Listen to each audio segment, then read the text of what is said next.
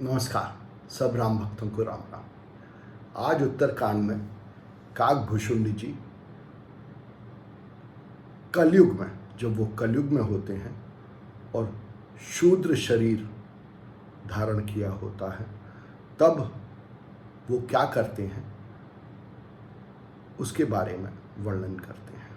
तुलसी लिखते हैं, तेहि कले काल बरस बहु बसेऊ अवध बिह गेस, परेऊ दुकाल विपते बस तब मैं गयऊ विदेश। तो कली काल में जब काकभूषुंडी जी कल युग में होते हैं, कल में होते हैं, तब वो बड़ी विपत्ति में होते हैं और उस विपत्ति से बचने के लिए वो विदेश गए। गयऊ उज्जैनी सुनुर गारी, दीन मलीन दरिद्र दुखारी, गए काल कछु संपत्ति पाई, तहाँ पुण्य करऊं शंभु सेवकाई। काकभूषुंडी जी उज्जैन जाते हैं और बहुत ही दुखी, दरिद्र, मलिनता रहती है और दीन होते हैं। वहाँ पर मेहनत करते हैं, शारीरिक श्रम करते हैं, उससे उन्हें कुछ संपत्ति मिलती है, पर अपने अहंकार को उन्होंने पूजित कर रखा है। शंभु की पूजा करते हैं, उसका मतलब अपने अहंकार की पूजा करते हैं, मतलब अपने मैं को बिल्कुल श्रेष्ठ मानते हैं। आगे कहते हैं, विप्र एक वैदिक शिव पूजा, करे सदा तिहि काजु न दूजा, तिहि सेवऊं मैं कपट समेता, द्विज दयाल अति नीति निकेता। वहाँ काकभूषुंडी जी को एक ब्राह्मण मिलते हैं जो उनको गुरु की तरह उपदेश देते हैं और उनको नीति सिखाते हैं। काकभूषुंडी जी कपट से उनकी सेवा करते हैं। कपट कहा, कपट से उनकी सेवा करते हैं। आगे कहते हैं, शंभु मंत्र मोहि दुज बर दीन्हा, शुभ उपदेश विविध विधि कीन्हा, जपऊ मंत्र शिव मंदिर जाई, हृदय दंभ अहमति अधिकार। गुरु उनको शंभु मंत्र का उपदेश देते हैं। शंभु का मतलब सम और भू, भू माने होना और सम का मतलब समता में होना, मतलब जो कुछ भी है इस प्रकृति में, जो कुछ भी है वो सम है। इसका उपदेश उनके गुरु काकभूषुंडी जी को देते हैं। पर काकभूषुंडी जी के हृदय में तो अहंकार होता है, दंभ होता है अपने श्रेष्ठ होने का। इस वजह से उस मंत्र का वो कुछ और ही अर्थ लगाते हैं। मैं खल मल संकुल मति, नीच जाते बस मोह, हरिजन द्विज देखे जरऊं, करऊं विष्णु कर द्रोह। काकभूषुंडी जी कहते हैं कि मेरी बुद्धि बहुत ही नीची थी और कुंठित थी, और भ्रमवश मैं दूसरे लोगों से, यहाँ तक कि अपने गुरु से भी द्रोह करता, क्योंकि वो ईश्वर के, राम के उपासक थे। उन्होंने शंभु मंत्र तो दिया उनको, पर वो खुद राम के उपासक थे। और काकभूषुंडी जी सिर्फ अपने मैं, अपने अहंकार, शंभु की उपासना करते हैं, राम की या ईश्वर की उपासना नहीं करते, ईश्वर से द्रोह करते हैं। एक बार गुरलीन बुलाई, मोहे नीत बहु भांति सिखाई, शिव सेवा कर फल सुत सोई, अबिरल भगति राम पद हो। गुरु ने एक बार काकभूषुंडी जी को बुलाया और उनको समझाया कि शंभु या शिव की सेवा का फल यही है कि राम में प्रीत हो, राम में भक्ति हो, राम के विश्व रूप में भक्ति हो। राम हे भजय तात शिव धाता, नर पावर के केतिक बाता, जासु चरण अज शिव अनुरागी, त्रासु द्रोह सुख चह से अभागी। कहते हैं कि शिव और ब्रह्मा राम को भजते हैं, राम की सेवा करते हैं, तो फिर मनुष्य की क्या बात है जिसकी सेवा शिव और ब्रह्मा करते हैं, उस राम से, उस ईश्वर से तुम क्यों द्रोह करते हो। गुरु जी समझाते हैं काकभूषुंडी को। हर कहूँ हरि सेवक गुरु कहेऊ, सुन खगनाथ हृदय मम दहेऊ, मानी कुटिल कुभाग्य कुजाति, गुरु कर द्रोह करहूँ दिन राति। गुरु ने हर को हरि सेवक कहा। गुरु ने हर मनुष्य को जो हर रूप है उसको ईश्वर का, राम का, हरि का सेवक कहा। और ये सुन के काकभूषुंडी जी के मन में बहुत ईर्ष्या उत्पन्न होती है, बहुत क्रोध उत्पन्न होता है, बहुत जलन उत्पन्न होती है, और वो अपने गुरु से द्रोह करते हैं। शूद्र स्वभाव है, तमस प्रवृत्ति है, कलयुग में है, तो अपने गुरु से जिन्होंने उनको सिखाया उन्हीं से द्रोह करते हैं, उन्हीं का विरोध करते हैं।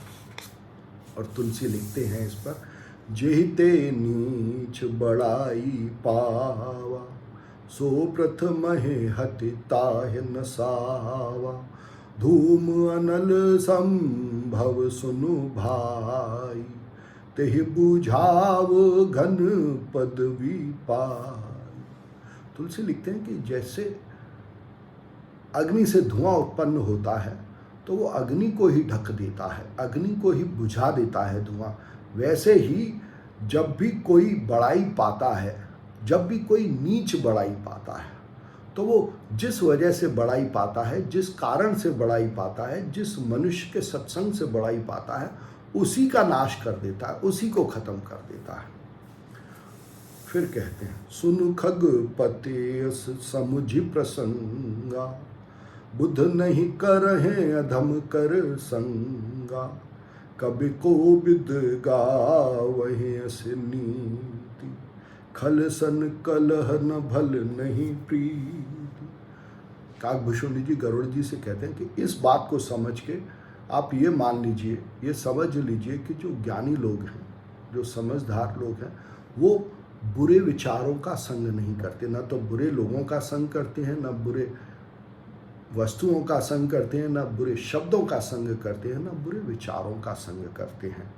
और कहते हैं कि सबों को यही नीति अच्छी लगती है और सबों ने यही नीति गाई है कि किसी भी प्रकार से किसी भी बुरी चीज़ का, यहाँ तक कि बुरे विचारों से भी ना तो उनका विरोध किया जाए, ना उनमें आसक्ति ही हो। उदासीन नित रहे गुसाई, खल परिहरय स्वान की नाई। कहते हैं कि मनुष्य को उदासीन रहना चाहिए और किसी भी बुरी चीज़ को, बुरे शब्दों को, बुरे विचारों को, बुरे कर्मों को स्वान की तरह छोड़ देना चाहिए। स्वान कुत्ते को कहते हैं, पर यहाँ स्वान का मतलब है स्व आन। आन माने अपना मान और स्व मेरा।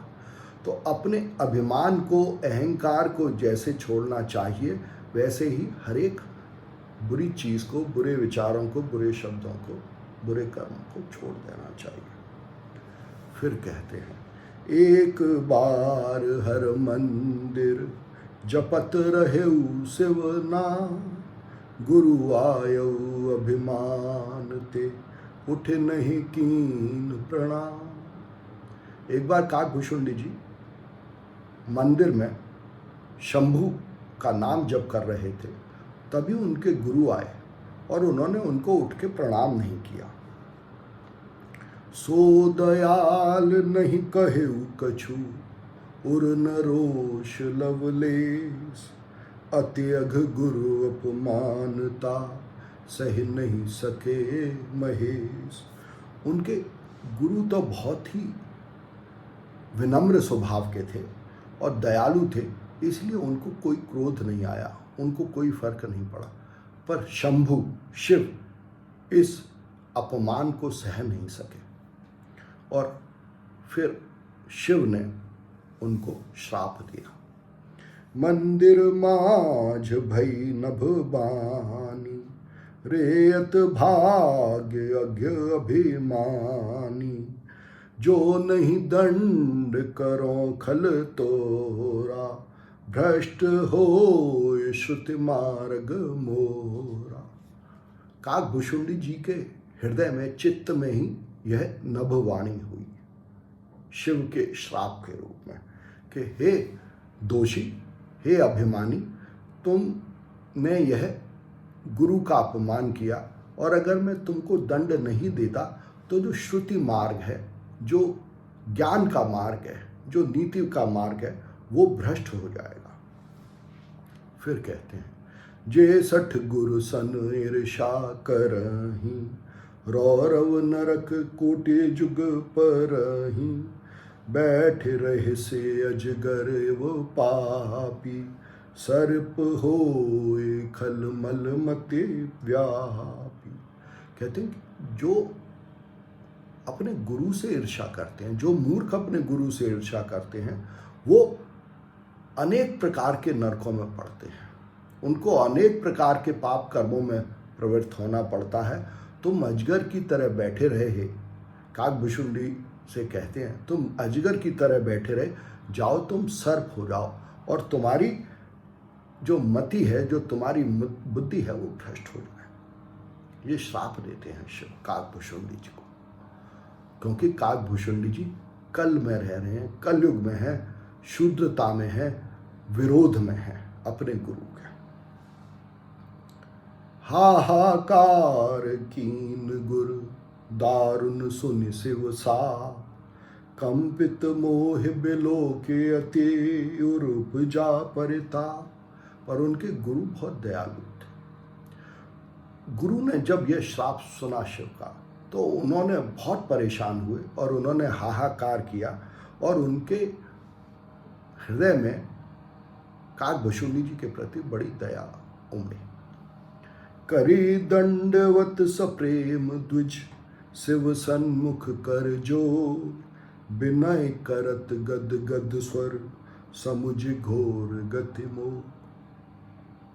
काकभूषुंडी जी के गुरु ने दंडवत प्रणाम किया शिव को और फिर उनसे प्रार्थना करने लगे विनय से। ये प्रार्थना अगले अंक में। नमस्कार।